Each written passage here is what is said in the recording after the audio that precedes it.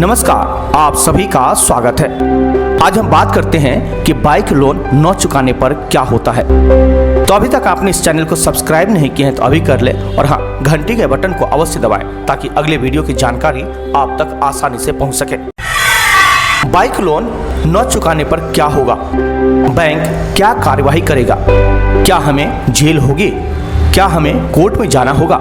यह कुछ ऐसे सवाल हैं जो लोन की ईएमआई न भर पाने पर हर किसी के मन में आते हैं। बाइक का लोन सिक्योर्ड लोन होता है। बैंक लोन के बदले बाइक के सभी लीगल कागज पत्र को सिक्योरिटी के तौर पर अपने पास रखता है।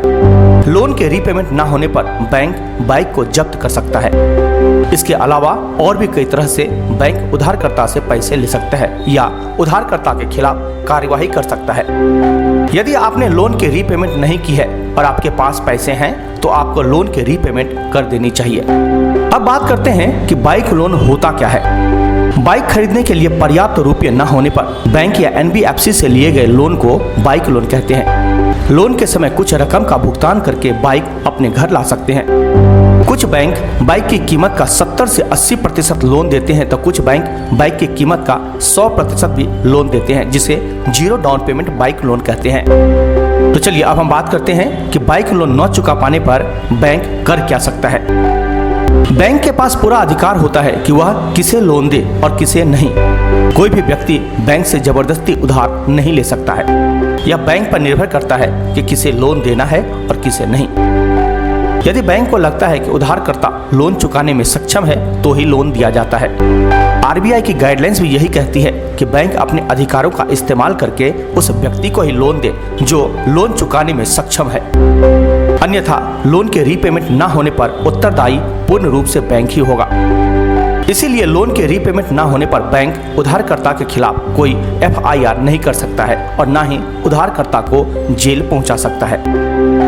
अब बात करते हैं कि बैंक के क्या अधिकार हैं। सबसे पहले आपको यह पता होना चाहिए कि बैंक के पास कौन कौन से अधिकार हैं जिनके तहत आपसे लोन की रिकवरी कर सकता है। बैंक आपके पास एक लीगल नोटिस भिजवा सकता है। यदि आपने बैंक को कोई चेक दिया है तो बैंक चेक के द्वारा लोन की रकम ले सकता है। बैंक आपके अकाउंट से ईसीएस यानी इलेक्ट्रॉनिक क्लियरिंग सर्विस द्वारा लोन की रकम ले सकता है। वाहन के लीगल कागज बैंक के पास ही रहते हैं, मतलब बैंक वाहन को अपने नाम करा सकता है। बैंक फाइनेंस किए गए वाहन को जब्त कर सकता है।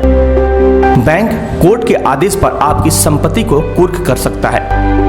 बैंक लोन रीपेमेंट की रिपोर्ट के साथ आपके सिविल स्कोर को खराब कर सकता है, जिससे भविष्य में लोन मिलना बहुत ही मुश्किल हो सकता है। अब बात करते हैं कि उधारकर्ता के क्या अधिकार हैं।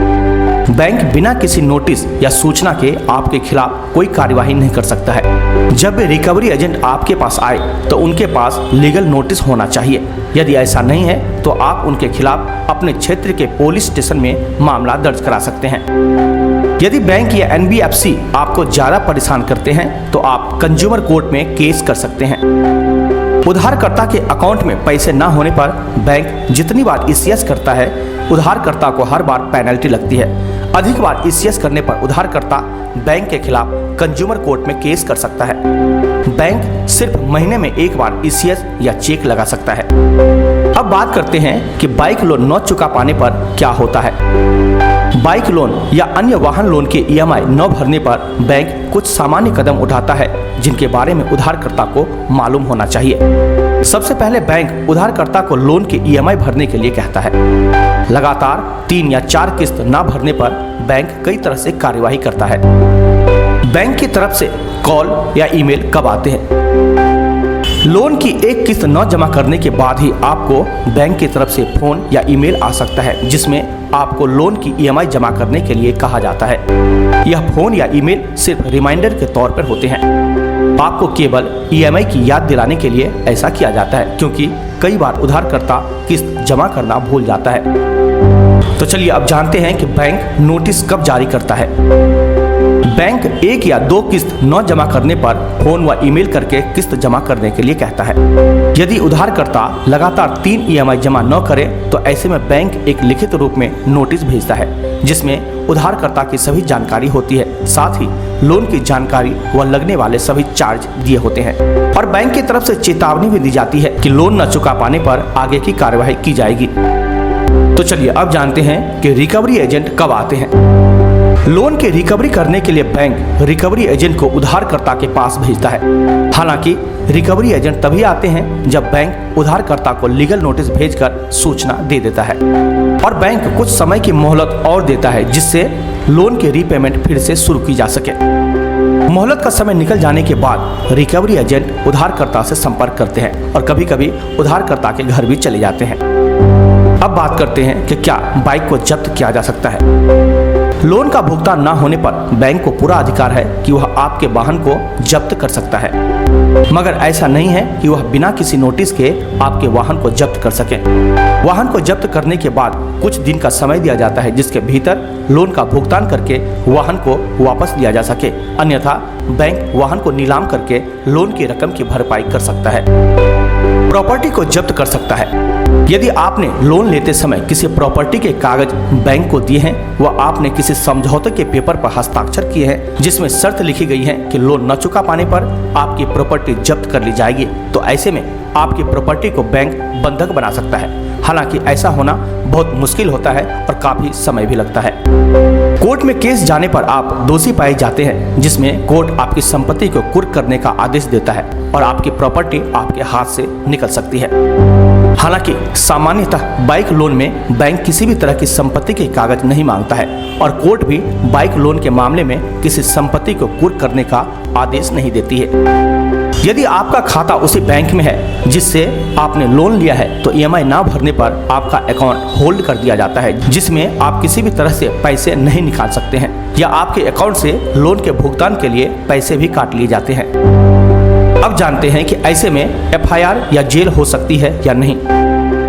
बाइक लोन न चुका पाने पर आपको किसी भी स्थिति में जेल नहीं हो सकती, मगर कुछ मामले हैं जिनके तहत आपके ऊपर FIR या आपको जेल भी हो सकती है। आपको बता दें कि लोन का भुगतान ना करने का मामला पुलिस कार्रवाई के अधीन नहीं आता है। यह दीवानी मामले यानी सिविल केस के तहत आता है। आपने कोई आपराधिक कार्य नहीं किया है, इसलिए आपके खिलाफ FIR या जेल नहीं होगी। अब बात करते हैं कि FIR आखिर कब हो सकती है। सीधे तौर पर बड़े से बड़ा बैंक या NBFC आपके खिलाफ FIR दर्ज नहीं कर सकता, मगर कुछ मामलों में आपके खिलाफ FIR हो सकती है। जैसे यदि बैंक ने आपसे लोन लेते समय चेक लिया है, तो लोन की किस्त न जमा करने पर बैंक उस चेक को भरकर बैंक में लगा देता है।